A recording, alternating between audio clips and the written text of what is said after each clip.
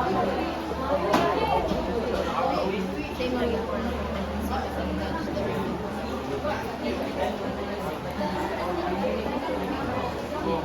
tayo din. Ini tayo.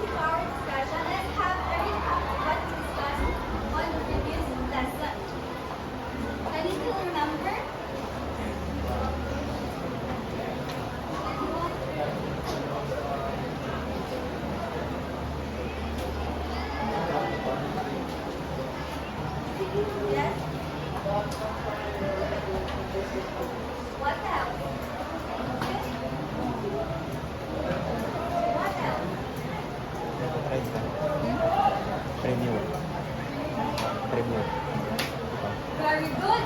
So our topic, the passage for this lesson is to judge the relevance of working ideas, sounds author, reasoning, and the effectiveness of presentation. Now, do you have any question regarding that topic? If not, are you excited for our next lesson? Yes. So before we start our discussion, let's have another group activity. To stay in the same group, I have here a happy face and sad face. So your task is to raise happy face if that statement is true, while sad if the statement is false.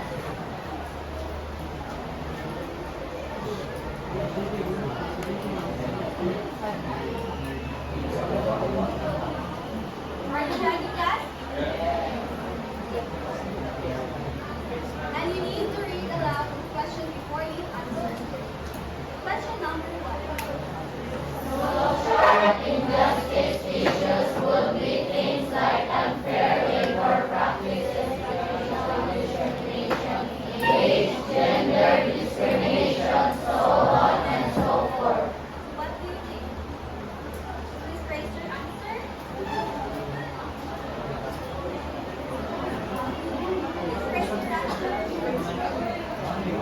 So the answer is so number 2.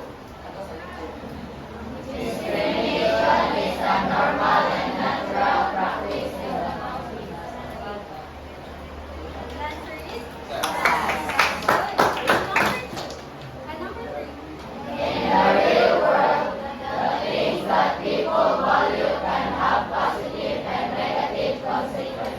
What do you think the answer? Very good. Number 4.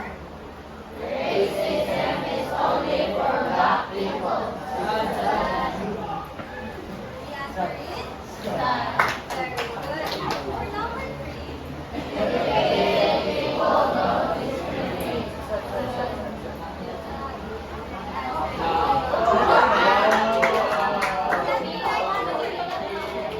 Don't forget, guys, we're starting one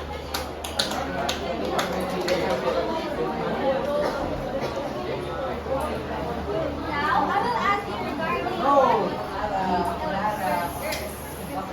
why do people justify discrimination as natural towards people?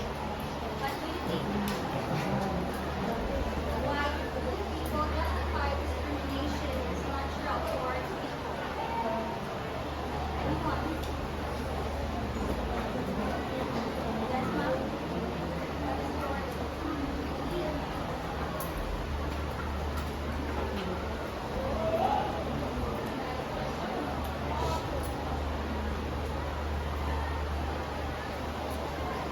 Anyone?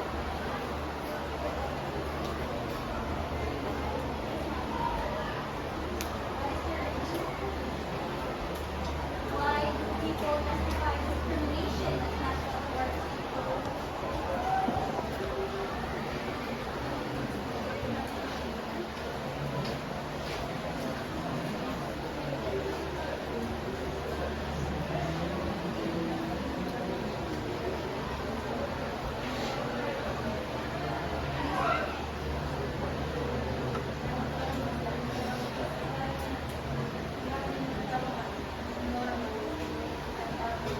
Okay, very good. Another. Do you have any idea? What else?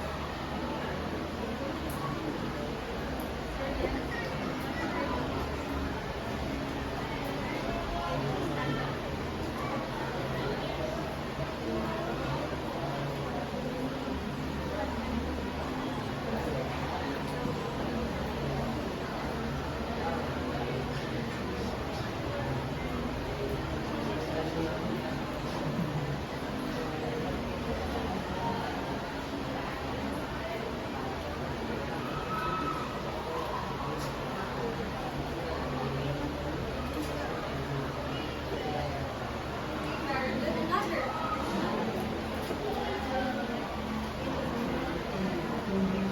Okay, very good. So, why do people justify discrimination as natural towards people?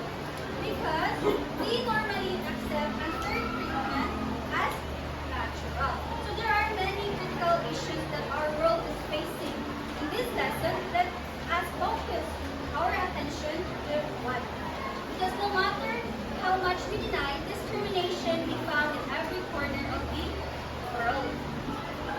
So now, since we talked about judging the relevance and important ideas, this morning we will delve deeper together as we talked about. Can you please read everyone?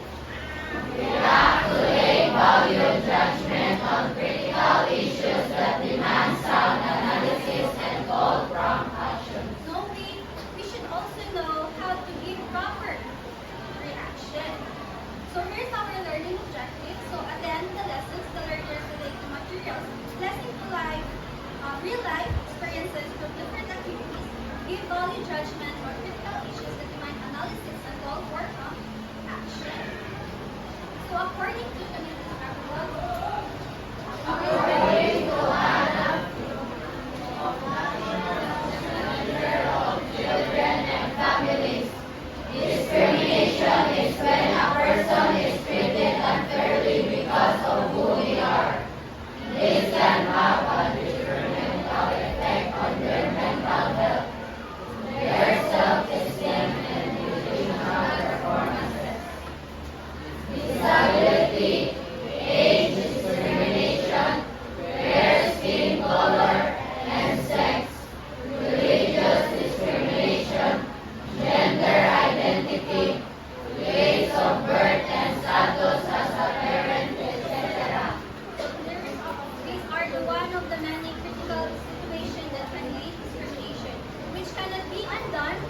can be minimized, learning to be responsible and making judgment.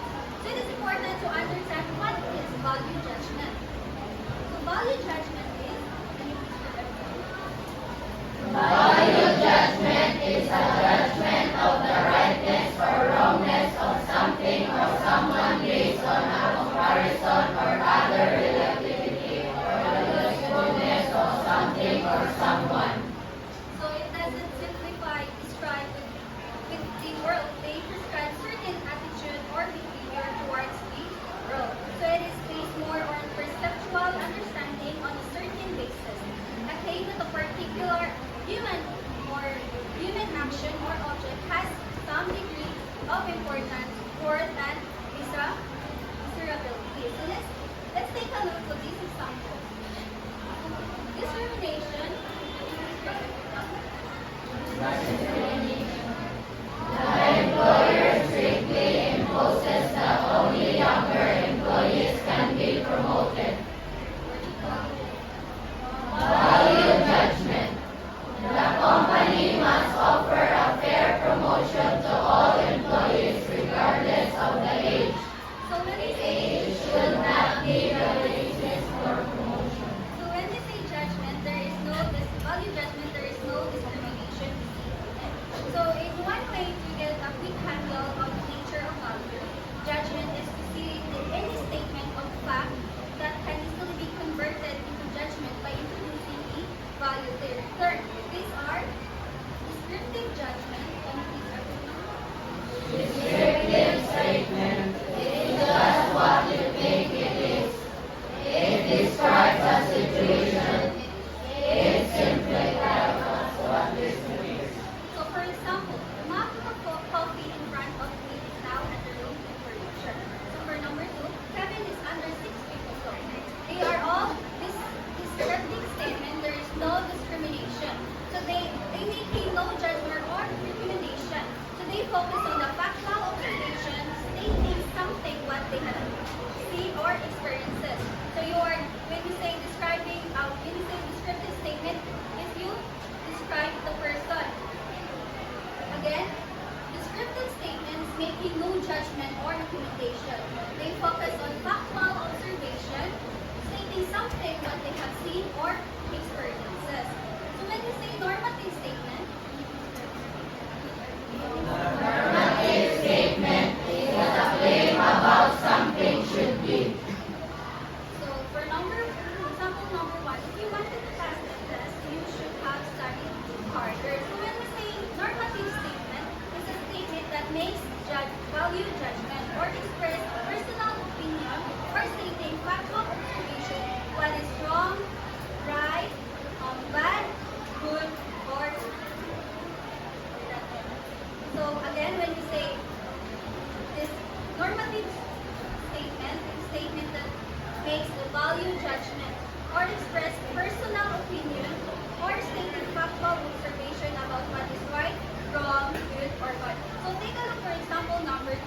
President Duterte did his best to defend the country from tyranny. I think he deserves more respect. So, as you can see, for the example number 2, she or he stating his factual observation about the defend the country for terrorism. Again, when you say descriptive statement, no judgment. You only describe that person. And when you say normative statement, you have non-and judgment. That makes the judgment or express a personal opinion. Again, what is descriptive statement? No judgment. How about normative statement? No? Again, what is normative statement? So normative statement is a statement that makes judgment or express personal opinion. So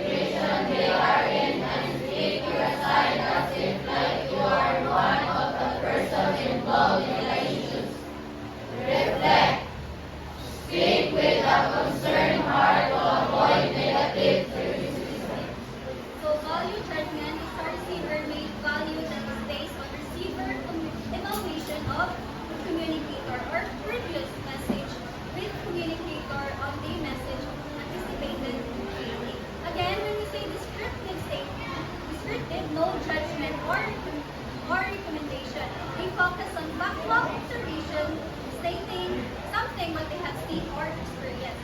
While normative statement is a statement that makes a judgment or something or unpersonal opinion. So now, let's have another activity. Do you understand, class? Yes. So, first, allow me to read the direction. So, the class divided into two teams.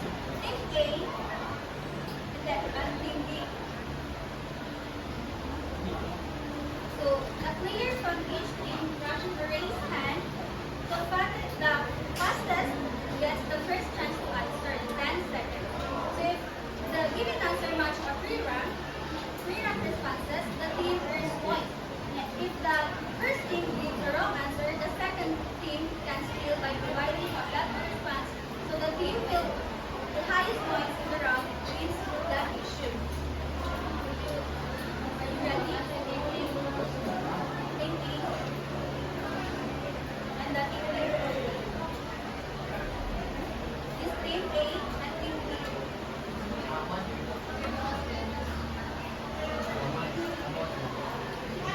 So here's the question.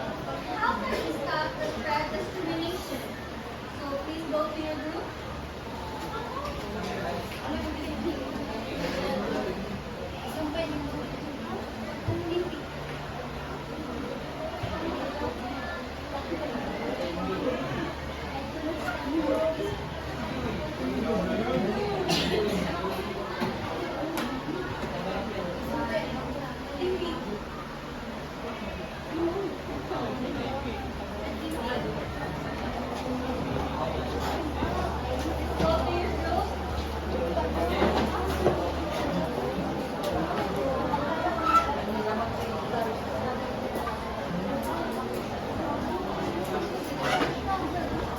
So the question is, how can we stop the spread of discrimination?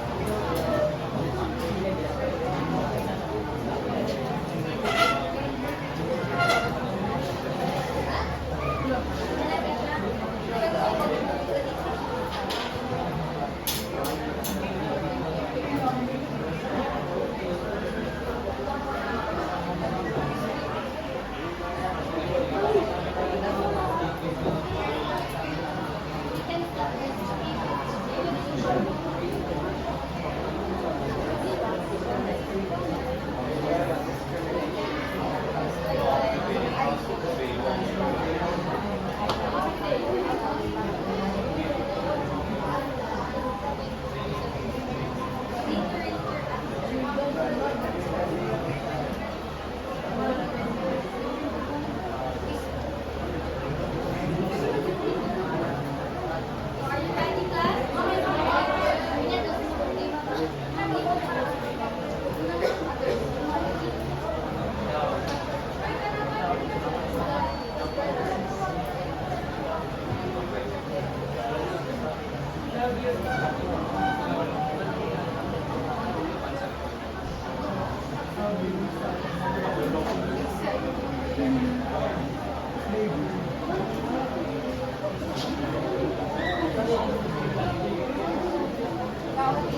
you ready?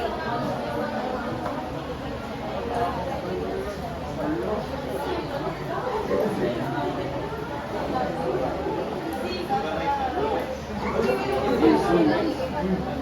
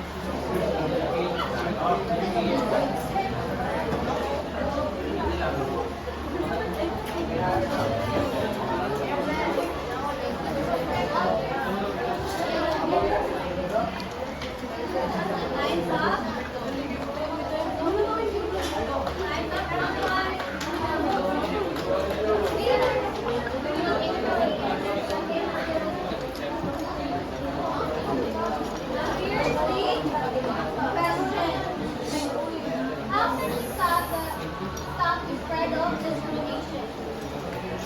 Then, how can we stop the spread of discrimination?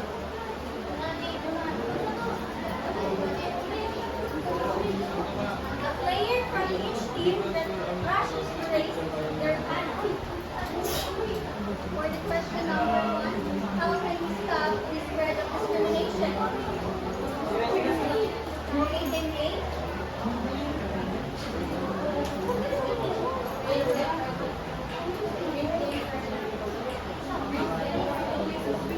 Yes?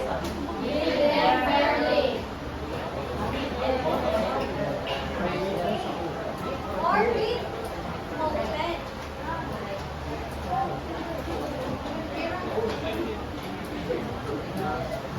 For number 2,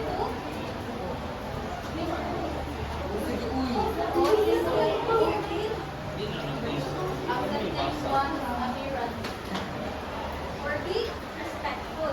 For number 3,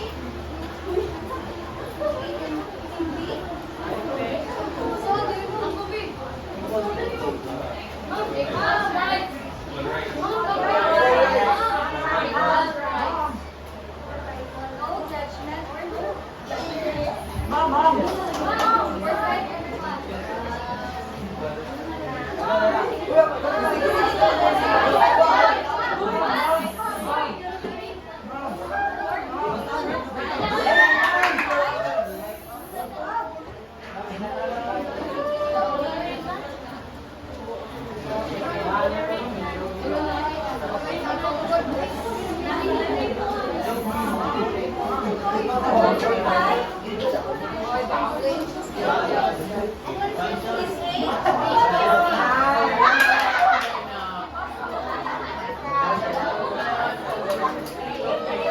Again, class, don't forget to write your score and your number. What score?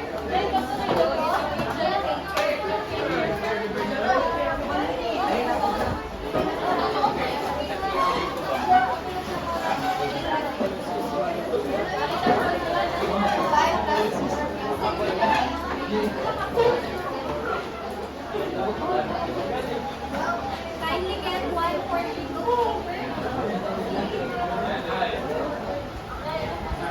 get 1/4. 1/4.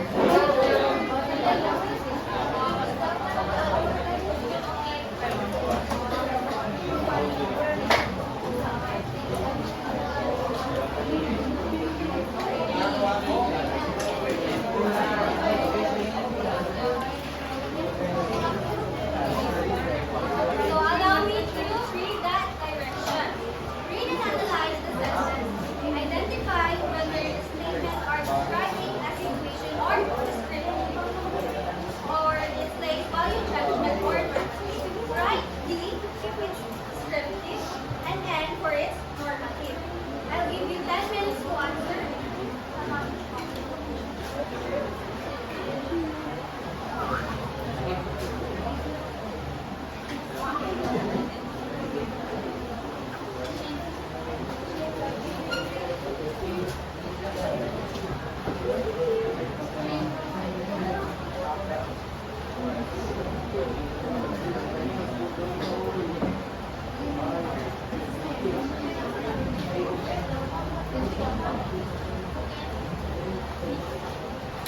Right here.